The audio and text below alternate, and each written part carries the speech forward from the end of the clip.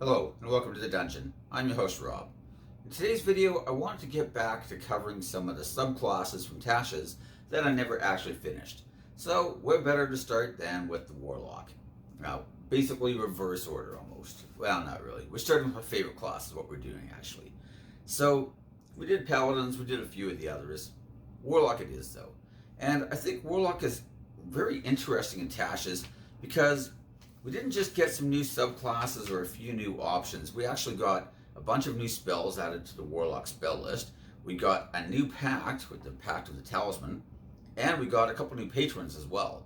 So Warlocks actually had quite a bit that they got in this one. Just looking at the spells, some of these were options we already had before from like Sword Coast Adventurer's Guide, or the big ones I guess, with Booming Blade, Green Flame Blade, and Lightning Lure. So having those added to this spell list though doesn't really matter a lot. But if you're playing like Adventure League or something and you have, only an extra book or two that you're allowed to use, this is a very nice addition because now you don't have to use Sword Coast Adventurer's Guide, which we all know is one of the worst, just the worst. Anyways, the main thing I think to find here is a lot of summoning spells. Like at level 3 we're getting Summon Fae, Summon Shadow Spawn, Summon Undead. At level 4 we get Summon Aberration. And at level 6 we get Summon Fiend.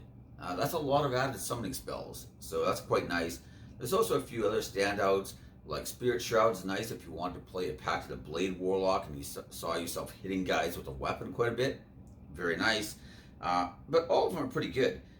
Blade of Disaster is a very high damage spell. Yes, it's 9th level, but the Warlock 9th level spell list was not particularly strong.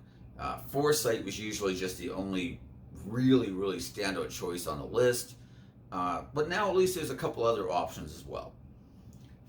So today we're going to be talking though about the Pact of the Genie, and Pact of the Genie also has a pretty standout spell at 9th level. No, spoiler alert.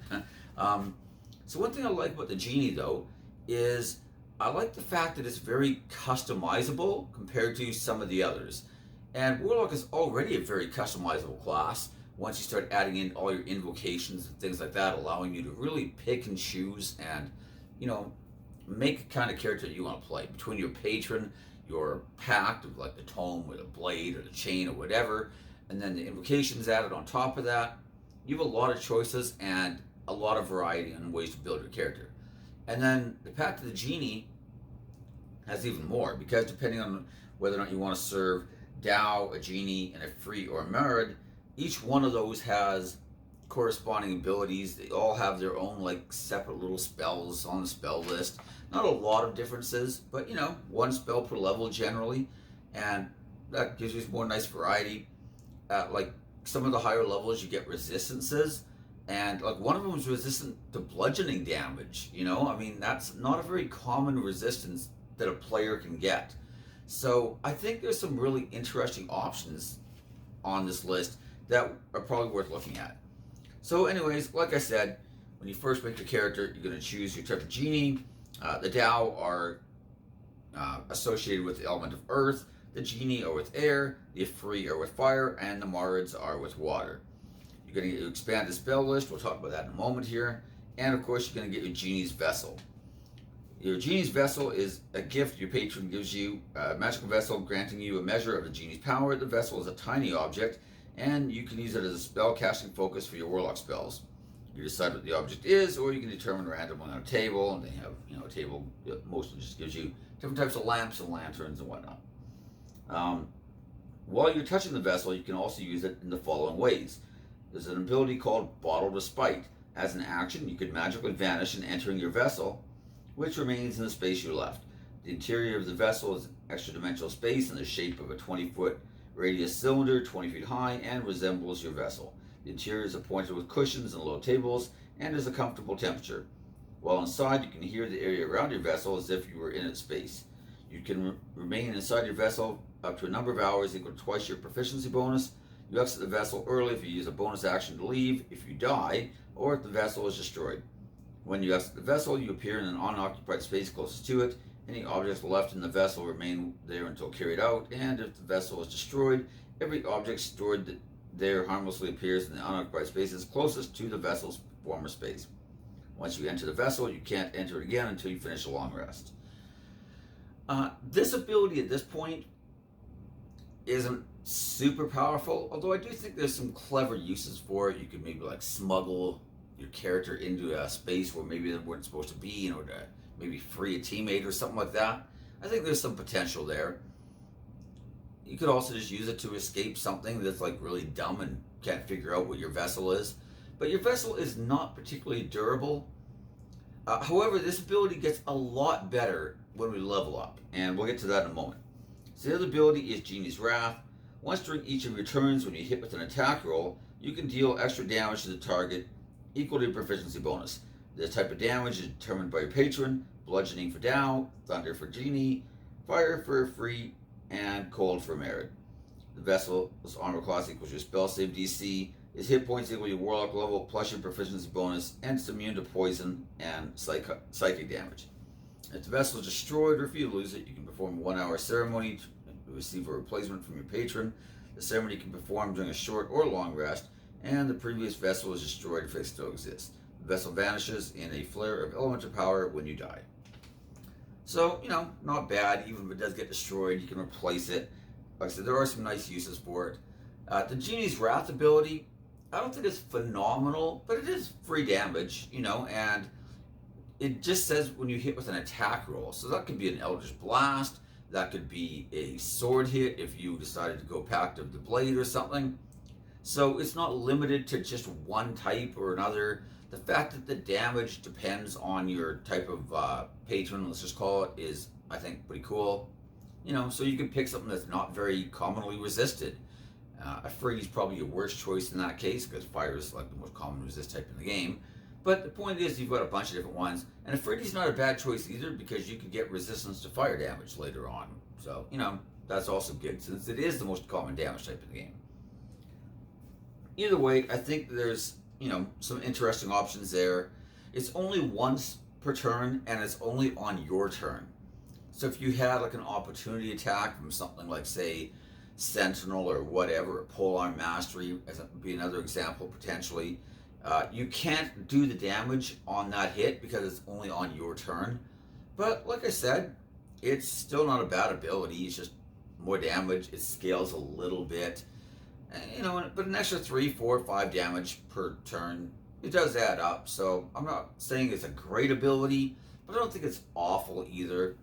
And, more damage is better than less damage, so whatever. As for the Genie expanded spell list, all the different Genie types get one spell of the appropriate level, and then which one you chose gives you a second spell that you can take of, that appropriate level. So, spell level 1, they all get Detect Evil and Good. Tao gets Sanctuary, Genie get Thunder Wave, Ifriti get Burning Hands, and Myrid get Fog Cloud. At level 2, or spell level 2, of course, they all get Phantasmal Force. Not bad, one of the better illusions, honestly. Tao gets Spike Growth, which I like a lot. Genie get Gust of Wind, the Ifriti get Scorching Ray, and Myrid get Blur. Spell level 3, they all get Create Food and Water. Tao get Meld into Stone, Genie get Wind Wall, Ifriti get Fireball, and Myrid get Sleet Storm. Spell level 4, they all get Phantasmal Killer. I know some people really like Phantasmal Killer. I am not particularly a fan. If you read it closely, it doesn't really do the damage unless they fail 2 consecutive saving throws, because they get a saving throw when you first cast it, and then they get a saving throw on their turn, at the start of their turn. So it's not a particularly reliable form of damage or crowd control. But if they have a terrible wisdom save, it's not bad. And, either way, the damage is pretty decent if you can, get through. But sometimes that's an issue. Tao will get Stone Shape. Genie get Greater Invisibility. Very nice. Ifriti get Fire Shield, and Myrid get Control Water. At spell level 5, they all get Creation. Tao get Wall of Stone. Genie get Seeming. Ifriti get Flame Strike, and Myrid get Cone of Cold. And at spell level 9, they all get Wish. And then there's no other spells for any of the different subtypes. But, pretty good, since Wish is let's face it, the best spell in the entire game, probably. So, never going to complain about having Wish added to my spell list. Especially on a class that kind of had some weak 9th level spells originally. And yeah, that has kind of changed a bit as we've gotten more spells added to the list. Obviously, more choices is better than less choices. But this is really the best choice there is. Anyways, moving on. At level 6, you get Elemental Gift. You begin to take on the characteristics of your patron's kind. You now have resistance to a damage type determined by your patron's kind. Bludgeoning for Tao, Thunder for Genie, Fire for Afridi, or Cold for Merid.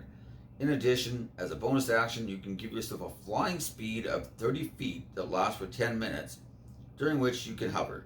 You can use this bonus action a number of times, equal to proficiency bonus, and you regain all expended uses when you finish a long rest. So that's not bad. I mean, at high levels, you literally could have an hour of flight with a flight speed of 30. That's not terrible. A lot of these give you like flight speed of 10 and stuff, right? It doesn't say it uses concentration, so you could be doing something else with your concentration while flying at the same time. So, very nice in my opinion. Especially at level 6. I mean, you could have had Fly as a level 5 spell potentially. So, it's not like this is coming super late or anything. It's very nice. Level 10, Sanctuary Vessel. Oh, and by the way, if you've never tried like flying like up in the air and then hitting people with Eldritch Blast while they have a hard time attacking you back, it is quite delightful, I will say. Anyways, level 10, Sanctuary Vessel. When you enter your Genie's Vessel via the Bottled Respite feature, you can now choose up to 5 willing creatures that you can see within 30 feet of you, and the chosen creatures are drawn into the vessel with you. So now you can take your party, very nice. As a bonus action, you can eject any number of creatures from the vessel, and everyone is ejected if you leave or die, or if the vessel is destroyed. So also nice, because usually in your party you have that one jerk that, starts trolling you for your beautiful little genie bottle, and now you can just kick that guy out, and the rest of the party can stay. We don't need that guy anyways. Of course, he might destroy our beautiful genie vessel, so maybe be careful when you use this, but, still, it's there, keep it in mind. As a bonus action, I already read that. In addition, anyone, including you, who remains within the vessel for at least 10 minutes gains the benefit of finishing a short rest, and anyone can add your proficiency bonus to the number of hit points they regain if they spend any hit die as part of the short rest there. Now, this is the part I think is the real standout, because as a warlock, our spell slots are recharging on a short rest. So you could even potentially do something like, say, cast an Armor of Agatha spell on yourself, use your bottle for a short rest, and instead of spending an hour, spend 10 minutes. And that means you have 50 minutes of Armor of Agathis left, plus the spell slot has been restored. So you basically got Armor of Agathis for free for 50 more minutes. That kind of stuff is awesome. The fact that you can cast some sort of spell like that might have a long range or a long lasting effect, take a rest. Even something like at high level, I already mentioned Foresight, for example. That one does not come back on a short rest, but it is an 8-hour duration. Do you really want to spend one of those 8 hours taking a short rest? No, you'd rather do it in 10 minutes, So much better. Anyways, I think that this ability is actually really good. The fact that people can also get extra hit points when they spend hit dice is, by no means a bad thing at all. But really just the fact that you can turn your short rest into a 10-minute stay instead of a 1-hour downtime is excellent. Level 14, Limited Wish. This ability is also awesome. You entreat your patron to grant you a small wish. As an action, you speak your desire to your genie's vessel, requesting the effect of one spell that is 6th level or lower and has a casting time of 1 action. The spell can be from any class's spell list, and you don't need to meet the requirements in that spell, including the components. The spell simply takes effect as part of this action. Once you use this feature, you can't use it again until you finish 1d4 long rests. So that's very unusual. That's a long time. You might have to go 3 or 4 long rests before you can use it again. I can't think of a single ability that has that long of a cooldown, potentially. But this ability is pretty awesome. I mean, one of the main things about Wish, what makes Wish so good, is the fact that you can just duplicate any spell you want of 8th level or lower. Now, it's true that that's obviously even more powerful because now you're getting to choose some of the most powerful spells in the game. You can't have access to those, like, like the force cages, the simulacrums, clone potentially, or whatever else you might have needed at the time. But 6th level or lower is still pretty good. There's a lot of really nice spells, especially since you can use any spell list you want. You could have a resurrection spell if you need it. Yeah, it's not going to be true resurrection or even resurrection, but it's still there if you need it. You could use like a heal spell or something potentially. There's so many good options from things like the cleric spell list, the druid spell list, maybe a nice summoning spell, whatever else you feel like you might have. As long as it has a casting time of 1 action and at 6th level or lower, you can duplicate it. And if you get really lucky, you can maybe do it again after a long rest. Potentially 2 or 3 long rests, but whatever. But personally, I think that ability is very good. And overall, I think the Genie is pretty strong. Is it the strongest ever? Probably not, although the spell list is definitely the best, getting Wish. But none of the abilities suck. And some of them are potentially really, really good. I like the fact that it doesn't feel like it's forcing you into a certain style of play. Like it's not forcing you to be like a sword type, or it's not forcing you to use a familiar, or to, be a Eldritch Blast guy all the time, or whatever, right? It still feels like it's fairly open. You can choose your own play style. Is it going to be the strongest in hand-to-hand combat? Probably not as good as, say, the Hexblade, for example. But maybe not bad either. I mean, you could just be doing a bunch of elemental damage while taking resistance to, or physical damage or whatever, while taking resistance to bludgeoning damage. That's going to make you a lot more tanky than most other warlocks are. And, that's not a bad option at all. But also, honestly, just being like a blaster at the back, throwing out Eldritch Blast, using maybe some crowd control spells, also great options. You can actually be a pretty decent scout because you can fly fairly early on. Depending on your spell list, you might have had greater invisibility or something along those lines. I think that all the spell lists are pretty decent. The Afraidi spell list is probably my least favorite because it's basically just all like fire damage. But that's not terrible if you wanted to be a blaster. It's a pretty good option. Fireball's still a good spell despite my misgivings often about, damage spells and their lack of scaling compared to monster hit points. But Fireball's good. Scorching Ray is a really good spell for its level. All of them have some really nice choices. Like the Dow with Spike Growth is a great spell at that level. Wall of Stone, great spell, I said greater invisibility. I mean, the Merit has Fog Cloud, Blur, and Cone of Cold, Slate Storm. I mean, I don't think there's really a bad spell list, I would say, necessarily. I don't think that any of their abilities are bad. Some of them are quite good, in fact. I think that overall it's a very, very solid subclass. And I think there's some cool thematic ideas as well. So, I was originally going to talk about maybe like a Pact of the Talisman type of build, but I think I'm going to actually leave that and cover Pact of the Talisman in a separate video because I think it's worthy of its own video. It is a brand new pact. It would be nice to kind of cover it in a little more depth and not make this video, 40 minutes for no real reason.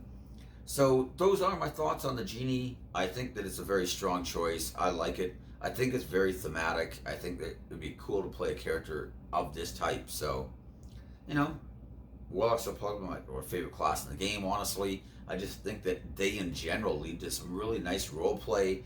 I like the fact that you've entered into some sort of bargain with some other creature, and then just figuring out what that bargain is and how it's going to affect my character and how that's going to play out in game.